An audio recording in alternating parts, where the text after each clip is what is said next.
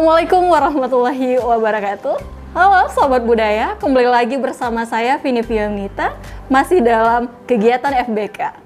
Nah, saat ini saya sedang bersama salah satu pemateri dalam kegiatan kemarin itu. Ya udah, mari kita kenalan.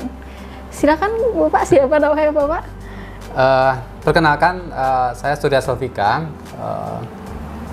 Saya digitalisasi dari SURI, yaitu satu lembaga yang konsen bergerak dalam bidang penyelamatan dan digitalisasi, termasuk di situ naskah kuno, manuskrip ataupun arsip-arsip lama yang sudah dalam kategori rusak. Jadi yang perlu digitalkan untuk mengambil data atau mengambil teksnya agar bisa dibaca kembali dan dapat dipelajari oleh banyak orang. Nah, sebelum kita membahas tentang naskahnya ini, kita perlu tahu apa itu arti digitalisasi. Nah, apa itu arti digitalisasi? Secara kata, digitalisasi itu kan membuat benda yang dari bentuk apakah itu cetak ataupun bentuk lain kita pindahkan dalam bentuk digital. Jadi apapun yang kita kerjakan dengan outputnya berupa digital, maka sesungguhnya itu adalah sebuah dapat dikategorikan sebagai pekerjaan digitalisasi. Secara umum memang digitalisasi itu banyak dikenal untuk bidang arsip, manuskrip, dan naskah kuno saja. Tetapi sebetulnya digitalisasi itu juga menyangkut kepada objek seperti artefak-artefak, benda-benda peninggalan yang disimpan di museum dan segala macam. Itu tentu dengan cara yang berbeda, dengan metode yang berbeda agar benda atau objek itu dapat dibaca kembali dengan detail yang lebih tajam dan mudah diakses oleh kapanpun dan masyarakat, dari siapapun seperti itu.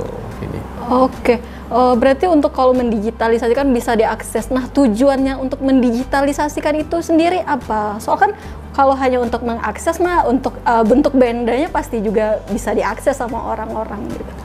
Jadi bentuk digitalisasi tujuannya yang pertama kita dalam konsep menyelamatkan. Jadi memang yang bisa paling utama kali yang kita selamatkan dari benda-benda lama seperti manuskrip atau naskah kuno itu adalah isinya. Karena isinya itu dulu itu orang itu kan menulis hal-hal yang penting saja, karena bisa jadi kertas yang masih susah untuk didapatkan ataupun kemampuan dari personal orang itu hanya beberapa orang yang mampu menulis dengan baik. Artinya mereka akan menulis hal-hal yang penting saja. Tapi perubahan waktu, dengan berjalannya waktu itu tentu benda fisik itu makin lama makin rusak. Dan kalau kita lihat untuk memperbaikinya itu membutuhkan biaya yang cukup banyak dengan metode yang cukup rumit juga. Kita harus mendatangkan dari Jepang dan segala macam untuk alat-alat korosi dan ininya. Mungkin nanti akan dijelaskan oleh pembicara di konservasi. Tetapi untuk digitalisasi itu fokus kepada teksnya, apa isi kandungan itu, agar kita dapat kita abadikan dan kita kurangi kerusakannya. Karena apa-apa yang kita temukan hari ini itu belum tentu sebulan atau 2 bulan ke depan memiliki sifat yang sama. Bisa jadi sudah rusak. Bisa saja rusaknya berupa fonemnya saja, tapi ketika fonem itu rusak, maka tentu akan berubah makna atau berubah penterjemahannya. Maka dengan digitalisasi itu kita memberhentikan proses perusakan itu dalam bentuk digital. Jadi kita baca 10 tahun pun ke depan tetap hasilnya akan sama dengan ketika digitalisasi. Dan hal tersebut bisa menjadi sebuah warisan yang sangat berharga. Ya, itu tentu itu betul sekali, Vini. Karena setelah kita digitalisasi, tidak hanya kita tetapi juga nanti cucu, anak dan generasi penerus juga akan memperoleh informasi itu secara utuh. Kalau seandainya tidak digitalisasi, memang hari ini kita bisa akses, tapi apakah kita bisa menjamin ini 5 tahun lagi atau anak kita atau nanti generasi kita setelah kita bisa mengakses itu? Itu tentu berkaca dari pengalaman sebelumnya. Kalau kita lihat di lapangan di tahun-tahun sebelumnya, objek yang kita foto tahun lalu saja itu sudah berbeda dengan objek yang kita foto hari ini dengan benda yang sama ya. Bisa saja contoh kerusakan yang paling dominan kita lihat itu misalnya kerusakan tintanya atau kerusakan kehilangan lembarnya dan yang lain, misal seperti bencana alam karena kebocoran air, dan bisa juga sudah beralih tempat, misalnya dipinjam dan tidak tahu bisa diakses lagi. Maka dengan digitalisasi, minimal ketika kita berbagi, kita masih menyimpan data. Bedanya dengan salah satu lagi manfaat digitalisasi itu kan ketika kita membagi, kita tidak harus menghilangkan yang punya kita. Kita masih kita hanya membagi, mengkopinya dalam banyak file seperti itu. Nah, untuk ini Bapak sebagai seorang pendigitalisasian, dan untuk naskah itu kita tahu bahwa naskah itu sangat sulit untuk didapatkan, terutama untuk masyarakat yang tidak bisa membuka terhadap dunia luar. Nah, apa sih kendala untuk mendigitalisasikan naskah tersebut, baik dari orang yang mempunyai naskah tersebut dan dari pribadi Bapak sebagai pendigitalisasian? Iya betul, beberapa naskah itu dalam kategori sakral, artinya itu tidak bisa diakses, dan kebanyakan itu tidak bisa diakses karena mereka belum tahu kerjanya seperti apa. Banyak kita temui di lapangan, ada orang juga yang berasumsi kita foto dan kita bawa, itu yang itu mungkin terjadi beberapa tahun, atau ada orang sebelum saya yang melakukan itu, akibatnya itu tersebar luas dan akhirnya ketika kita mau foto mereka tidak percaya lagi untuk kita digitalkan. Yang kami lakukan sebetulnya di lapangan itu untuk mengurangi masalah itu dengan membuat pemberitaan yang sedemikian banyak. Kita mendigitalkan itu di tempat pemiliknya. Tentu sebelum digitalkan kita juga akan membersihkannya, kita rapikan kurasnya, kita bersihkan debunya, kita perbaiki kotaknya dan segala macam, dan baru nanti kita digitalkan. Dan setelah itu kita akan serahkan kembali ke si pemilik, dan digitalnya pun juga kita serahkan, satu untuk si pemilik, satu untuk kami, dan satu lagi biasanya untuk sponsor. Dan kami juga akan meminta izin dulu kepada si pemilik mana saja yang boleh open access, mana yang tidak boleh open access. Jadi ketika itu sudah diterangkan sebaik-baiknya, mereka sudah paham, insya Allah mereka akan ikut. Teman-teman yang lain yang memiliki koleksi juga, oh begini ya caranya, baguslah kalau seperti itu. Yaudah, kami juga punya ini beberapa koleksi, silahkan teman-teman nanti digitalkan. Biasanya kalau pemilik manuskrip itu dia biasanya mengeluarkan satu manuskrip dulu. Nanti kalau seandainya mereka percaya atau memberi senang dengan bentuk pekerjaan kita, biasanya akan ngikut. Oh ini juga ada lagi, ini juga ada lagi. Akhirnya sampailah bisa 88 bundel, bahkan sampai ada yang ratusan. Kita temukan beberapa koleksi misalnya di Sulawesi Mawong itu cukup banyak. Biasanya awalnya itu memang 3, 4, ketika mereka pemiliknya, pewarisnya itu melihat cara kerja kita, akhirnya mereka percaya dan mempercayakan koleksi-koleksi yang lainnya. Oh, berarti sangat butuh sekali pendigitalisasikan. Nah, untuk sahabat budaya, untuk alat lagi. Nah, untuk sahabat budaya yang ada di rumah penasaran pasti, pakai apa sih buat mendigitalisasikan tersebut? Karena kita digital, kalau teman-teman pasti pakai kamera handphone dan lain-lain. Mungkin ada alat lain untuk memperbagus gitu hasil dari digital itu. Bagaimana itu, Pak? Digitalisasi itu kan cara kerja. Untuk alatnya itu kan teknis. Kita mau pakai metode yang manapun terserah, asalkan outputnya digital. Boleh saja, saya tidak menyalahkan misal pakai ponsel. Saya kira untuk tahun ini ponsel sudah mampu dengan 48 megapiksel, bahkan pikselnya lebih bagus dibandingkan kamera DSLR. Itu tentu dengan ya saya melihatnya harga tidak pernah berbohong seperti itu. Kalau kita beli ponsel dengan harga sekian, tentu akan mendapatkan hasil yang sesuai dengan harganya.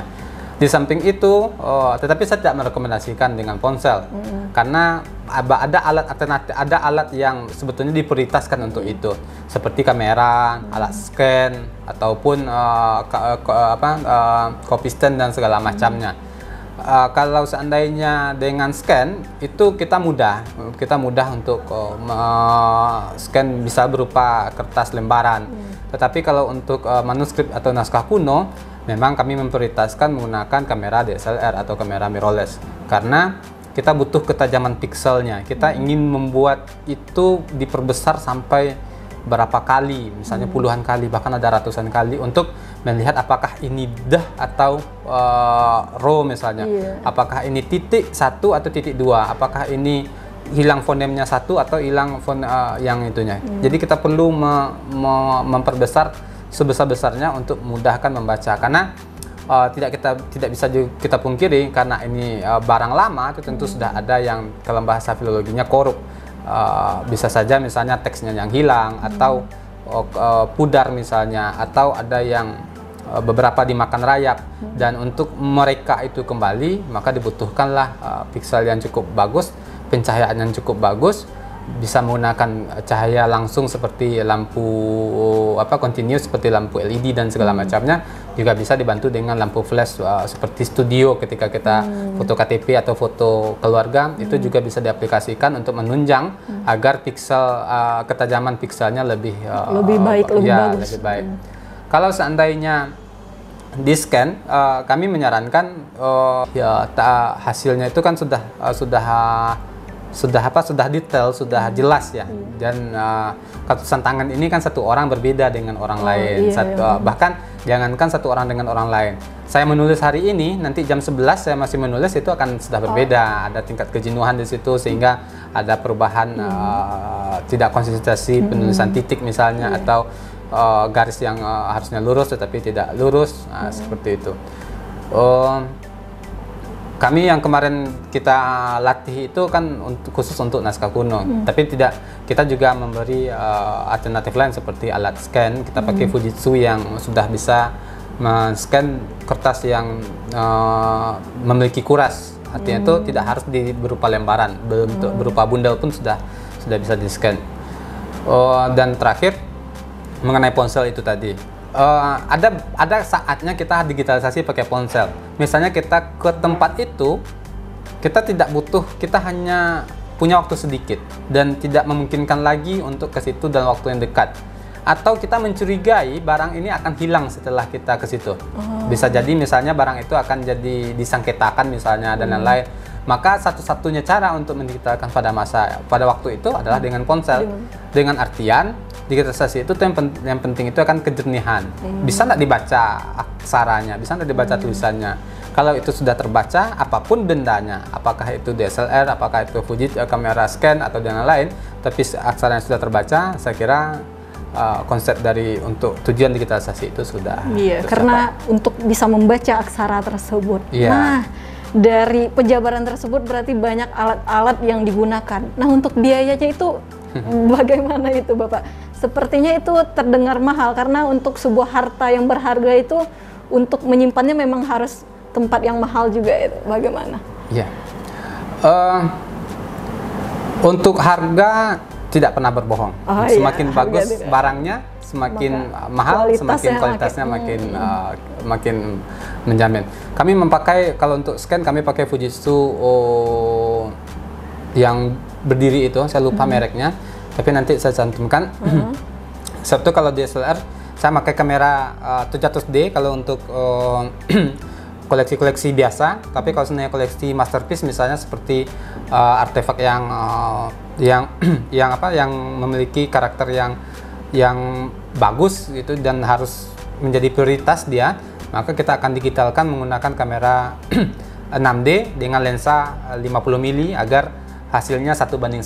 Jadi berapa besar di situ kita nanti kalau mau cetak pun akan mendapatkan hasil 1:1, dan juga kalibrasi warnanya juga dapat disesuaikan.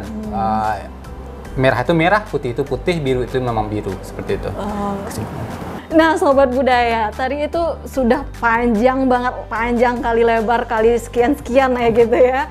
Itu penjelasan tentang pendigitalisasikan saja, baru tentang alat, kendala, dan sebagainya. Nah, simpulannya bahwa teman-teman untuk sebuah harta yang berharga itu salah satunya adalah manuskrip, kita perlu adanya pengorbanan, baik itu dalam segi kita harus mencari alatnya dan segala macamnya, dan juga pemikiran manusia itu sendiri. Mungkin sekian dulu di episode kali ini. Kita akan lanjutkan di episode selanjutnya. Saya Vini Vionita, mohon undur diri. Salam budaya.